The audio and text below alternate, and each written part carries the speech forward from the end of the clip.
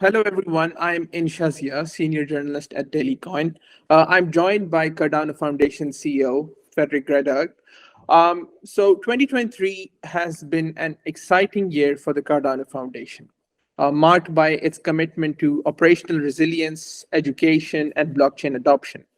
Last year, the foundation delivered on many initiatives that involved fostering blockchain adoption and establishing pivotal partnerships with governments, enterprises, institutions, among other exciting developments such as the Valentine hard fork, the Cardano Explorer, and more.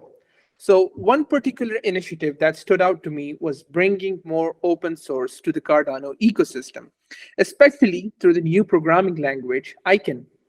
So, how do you see Cardano's DeFi industry and the overall ecosystem evolving with this initiative? Yeah, that's an amazing question. I think the way I've been pushing open source for a little bit more than 3 years since I arrived at the Cardano Foundation. I think this is still one of those unsolved mysteries in blockchain. The reason why I'm saying that is because blockchain has always been around, trust but verify. And that means the public source has been the foundational stones which many blockchains have been built on. But if you sort of do a comparative analysis of what really drives projects like the Linux kernel and other things, you see that there's more to the equation of what is open source. So I truly believe that if you can harvest the values of a true open source, not just public source but open source ecosystem, you will actually get a better product to market fit. And I think one of the things we've seen with Cardano is that Cardano is extremely stable. We have an uptime now with more than 6 years, right? So no downtime in 6 years.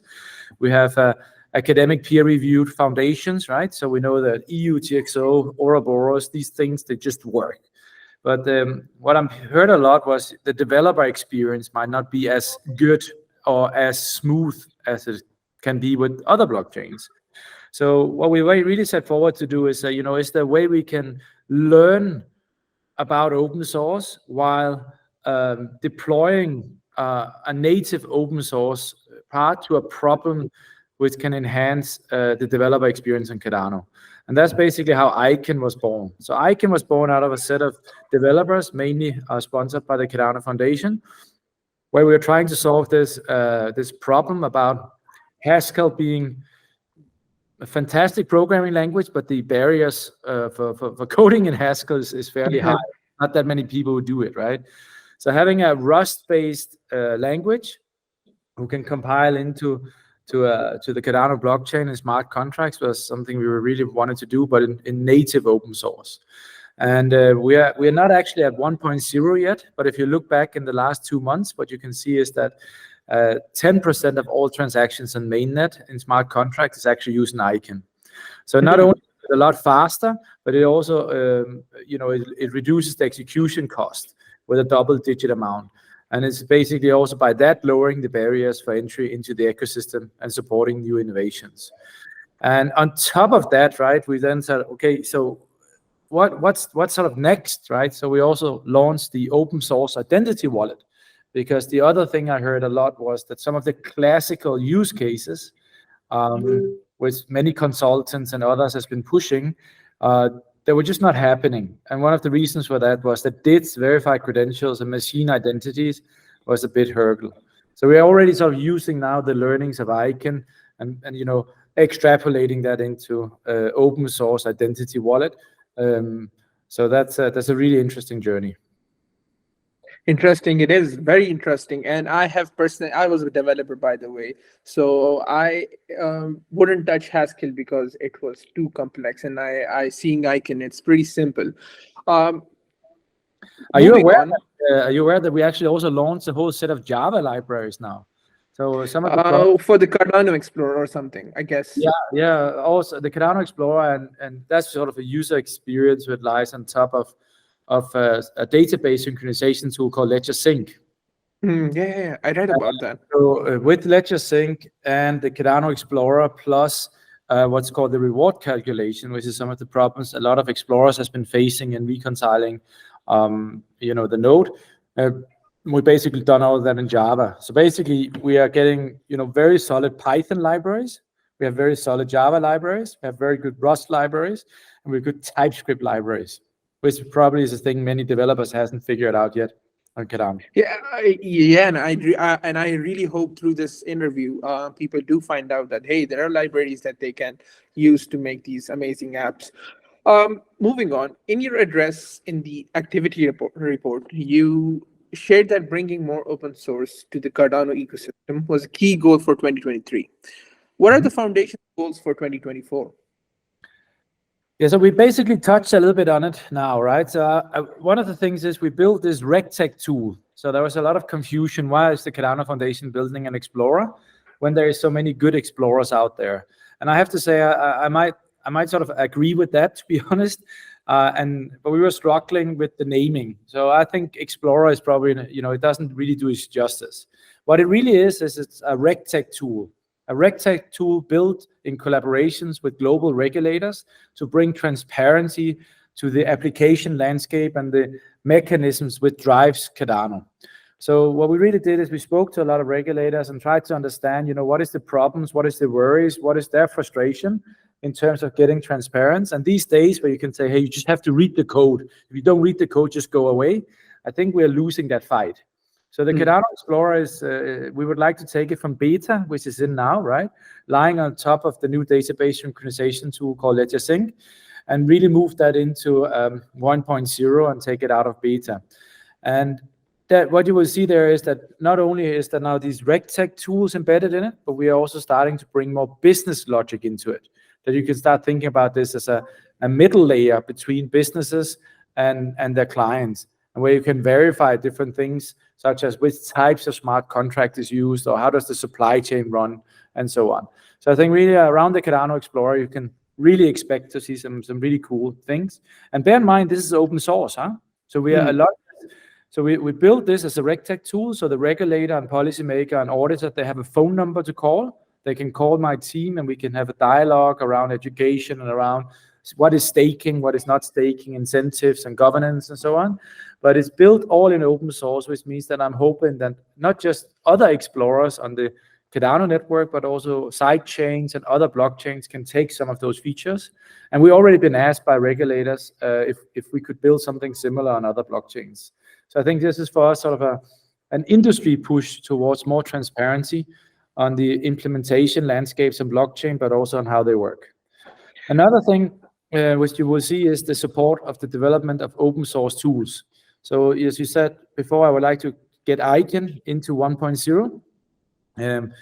But also we're going to launch the Rosetta application programming language, which is an API. The previous version of the Rosetta was built together with Coinbase. And we basically replace this with a heavyweight dependency on DB-Sync with a more lightweight data provisioning layer to reduce the application resource footprint, simplifying blockchain deployments and interaction. And for those who are not that technical, imagine that you have a huge database, right? And if you lose synchronization with this, it could take up to 7-8 days to get back in sync because the blockchain keeps adding. So we are down in hours now, right? And then when we then add the Rosetta application on top of it, what Rosetta really does is it speaks to two things, right? One is the ability to read this coming from LedgerSync, but also the ability to actually compile transactions, where the old Rosetta was using Ogmios. The new one will be natively embedded in the blockchain. So this basically allows you to, if you're an exchange or if you're a dApp, that you have a fantastic API who can basically allow you to do this much faster and much more sort of enterprise grade than before, but still in open source. Wow. I have 2 more points or 3 more points depending on. Sure. No, I was just thinking about how better Cardano is becoming because of these initiatives. Keep going on. Be my guest, please. Yeah, while we're on it, this is not my project, by the way, right? I always want to give a shout out to the people behind Lucid. Luis is a TypeScript compiler, which basically helps you to build UTXO transactions. So for those of you who sort of coming from a account-based model and is finding it difficult to do UTXO, right? Lucid is really powerful, but you will also find when the new version of Rosetta rolls out that this is really going to help you. So you don't have to sort of go all the way through the stack, but you can really focus on your use case and use existing tools. And I think this has been lacking a bit on Cardano, and we are of course getting really inspired of what's happening in the Ethereum land, but also what's happening in R3 Corda and other very successful ecosystems. Then maybe for a little bit less technical part, right? We're going to further the collaboration and innovation with the Cardano community in 2024, developing a whole set of new and exciting projects. And we're really measuring that on the Cardano blockchain, right? So we're really looking at the end of the year, can we point to places on the blockchain where we've built projects who has a positive societal change? So this could be like, the United Nations Humanitarian Crisis Organization or other organizations with the United Nations, but it can also be sort of simple, carbon tracking and other things. So we have a sort of a whole set of these things up our sleeve, which we're working hard on deploying. And some of them might also even be with some a little bit more untraditional in blockchain organizations. And my eyes are definitely, looking at if we can make it at the World Police Summit, which is happening in Dubai in March, where we are hoping to announce a project there. We are at least ready from our end, and it's just going through the last sort of Q&A. And I think it will basically also show how you can use blockchain in a sort of in a more institutional way, while still protecting privacy and still allowing, a more secure environment on Earth to just live in, not just sort of operate in, but to live in. Huh? So there's some. I see. Good news coming there. Good news, indeed. So I'm going to catch up on one point you said that, and I'll build a question on that, is that education stands as a key focus area for the Cardano Foundation, evident from its engagement with policymakers that you said via the Cardano Explorer. It's a RegTech, and also detailed in the activity reports. Could you provide insights into the progress of this initiative? Specifically, have governments shown signs of embracing blockchain technology and decentralization as a result? Yes, they have. So obviously this is an election year. So sort of very low practical. If you saw the Cardano Foundation, we issued a set of voting tools, mainly for the Cardano blockchain, right? You saw we did an experiment with the stake pool operators, right, where we really had this amazing vote where over 40% of all ADA was participating, right? And what's really interesting there is we used native digital identity through the stake pool operators identity key, right? And well, it was a public vote, right? It's also very interesting, right? Because, when people are public and you can see what people vote, they act slightly different than if they're, not public, right? But also we built the Cardano ballot, and what we've seen is that we've been approached from sort of a couple of states in the US who are saying, hey, can you help us to do a lightweight blockchain solution to make it more transparent and accountable in how we're voting? I still sort of have to sort of look at if we can actually make this happen in the time frame they're looking at. But we also have election year in the UK. And a little bit less nerdy, because I know you're super technical, right? What's really interesting is we built and deployed a network monitoring tool. And what we actually done is that one of the big problems, nation states and large entities, but also sort of small entities who's audited and run critical infrastructure, whether that's a hospital or whether it's a voting application or, a military application or just sort of a bank or whatever that is, they have a conceptual problem with a distributed, decentralized blockchain. And the conceptual problem is that you actually don't own and control the infrastructure. And that means that the way you sort of think about attack vectors on the infrastructure is very different. And what we have done is that there's over 3,000 stake collaborators who operate Cardano every single day. They get out of bed and, do bug fixing and other things. It's really amazing ecosystem, right? But we basically deployed listening nodes in all continents, Plus, we have deployed a little snippet of code with about 160 of those stake pool operators. This is important. We don't want to do it all because it introduces also an attack vector, right? And that allows us to extrapolate the whole network. And what we basically then seen is we saw that there was clusters of pools who are not operating efficiently. And those clusters was fairly big, actually, right? So we could see that it had an effect on how smooth the networking stack was running, right? So think about there's a couple of sands in the machinery, right? Who sort of, is starting not to be as smooth as it should. And we then had the ability to contact those stake pools, right? And then work with them to basically ensure that they were more efficient, meaning they get more rewards, but also meaning that the general network works better. So we're really building up this, think about it as a monitoring or flagging mechanism who allows us to start project, not only see how the network stack is running right now, but also project the future network stack depending on changes and code updates. And that allows us to get closer to what's called a SOC 2 or SOC 1. Basically, this risk mitigation you need to do if you're running critical infrastructure in the current world of today. And our aspiration definitely is that we're going to work more with, we showed this to some regulators and they got really excited because your question was, what does regulators and policymakers think, right? And they're starting to ask questions about business continuity. And when we then showed this, they were like, wow, right? And in real time, we can basically track this across this extrapolated 3,000 stake pools. And we're now looking at, how do we get that voice to be the same? When I say the voice is the terminology, because you cannot do the existing risk mitigation, the SOC standard. You can't do that on a distributed network, right?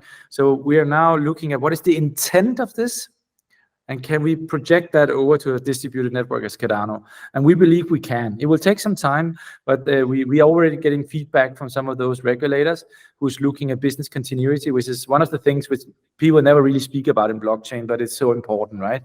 As you rely more and more on the blockchain, you want to know the blockchain is also running 24/7 tomorrow, next year, in 10 years' time. So you don't have this situation where the blockchain suddenly stopped working for a day and you don't know if you need to look for a new job or the whole business model is gone or people will sue you and all those things, right? Because this is how the world works. When you build a product on an IT infrastructure and the thing just disappears, there are some people who get hurt, right? And I think Cardano stands for predictability, reliability, and this, amazing business continuity.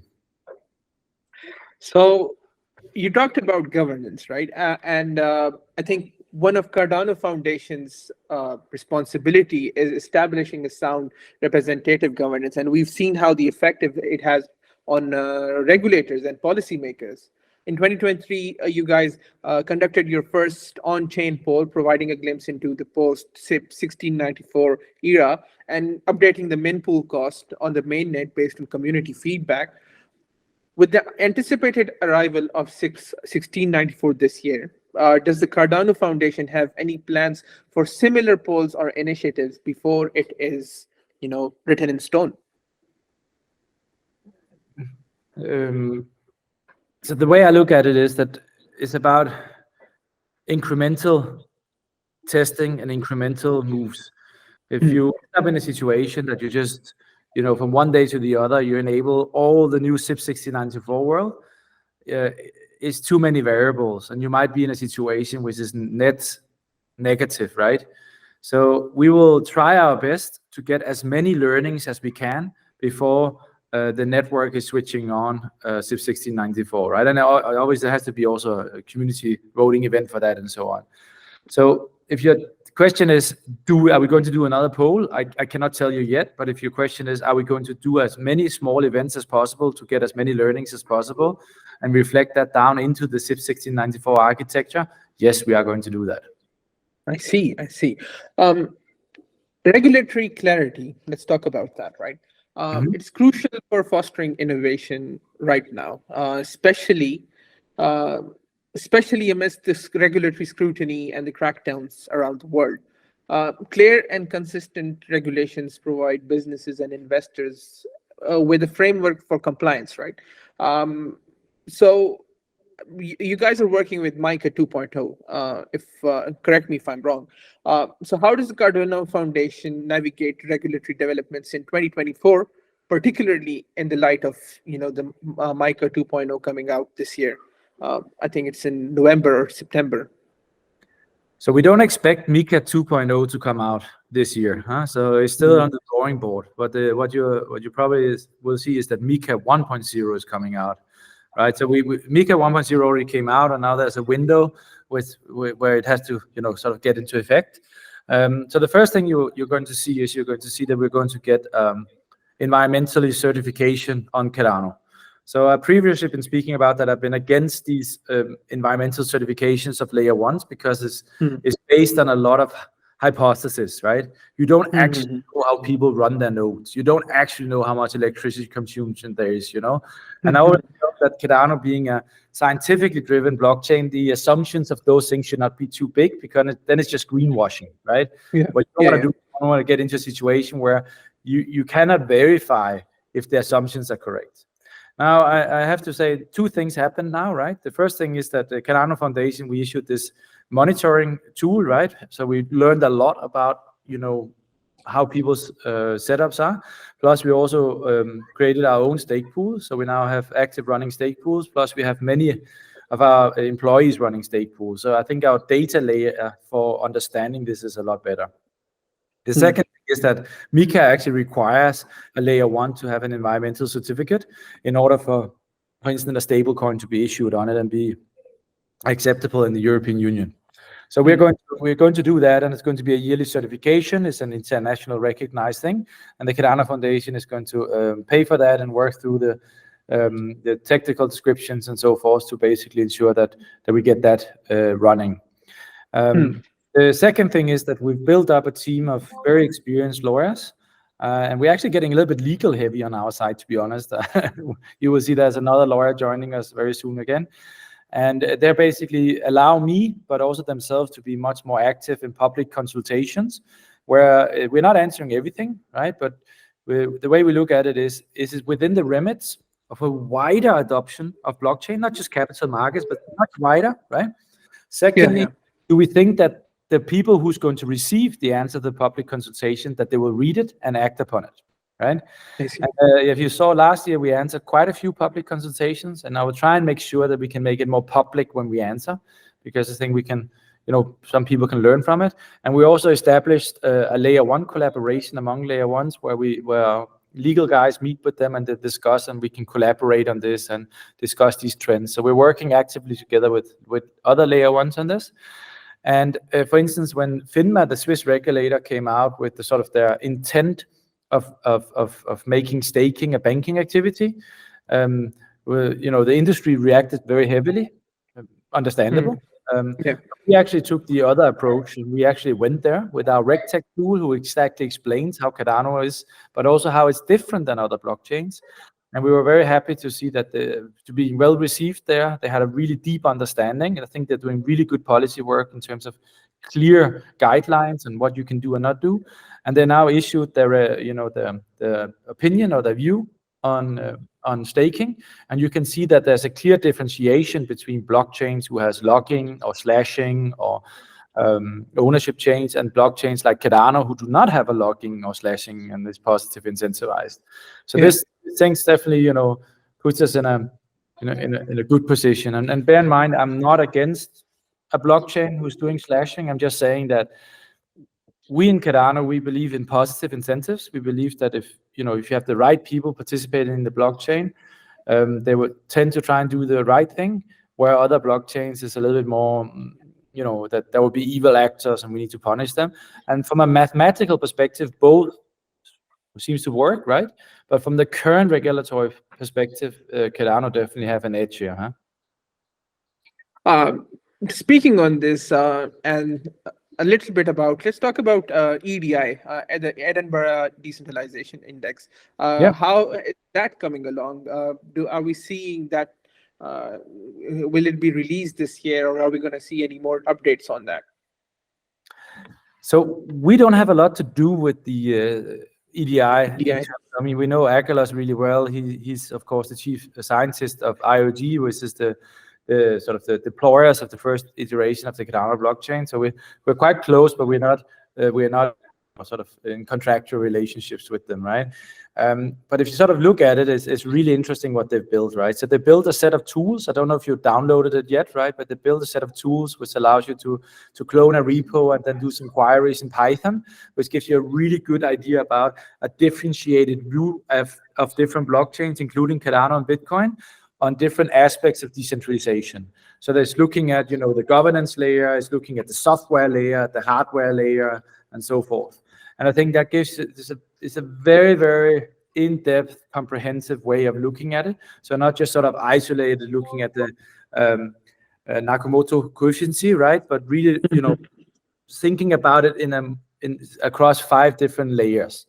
And they're still working very heavily on that, and we've seen a quite large interest actually from specifically sort of regulators outside the European Union, because they're really, one of the things they've been looking at a lot is the level of decentralization, plus, what is the likelihood to do an enforcement on a entity or a set of entities. And I think this is, from an academic and mathematical perspective, a fantastic way to do indexing around it. So enough about regulations. Let's come to Cardano Foundation's proactive efforts to diversify blockchain adoption. The foundation made enormous strides in 2023. Could you shed some light on some of your plans and priorities for 2024, and how do you expect this year to pan out in terms of adoption? Yeah, I mean, I think we already just touched a bit about our plans for. Yeah, we did a little bit. Just a small brief. And so on, right? Like, so, but in essence, right, we would like to get to a situation that you have this activity report, which is, talking about what do we commit to in the future and did we achieve it, right? So we're trying to bring some little bit classical accountability into it. But we are going even further and would like to get to a situation that you can actually see on-chain some of the activities of the Cardano Foundation. And one sort of a good example of that is that if for those of you, I don't know if your listeners all are really deep into blockchain, but on a blockchain, you can actually only see the transactions, right? So that's when you add and extract, but you cannot see how you got to that transaction. So the reason we actually know, for instance, with Iein, how many who's using Iein is because we actually added a little data snippet in there who allows us to see if the transaction is compiled by Iein. And similarly, I would like to get to a situation that we have that you can track more of the Cardano Foundation's KPIs on chain. Why is this important? I think what's really important is that when you have such an amazing blockchain as the Cardano blockchain, what you sort of might be lacking, not just with us, but with others as well, is this product to market fit.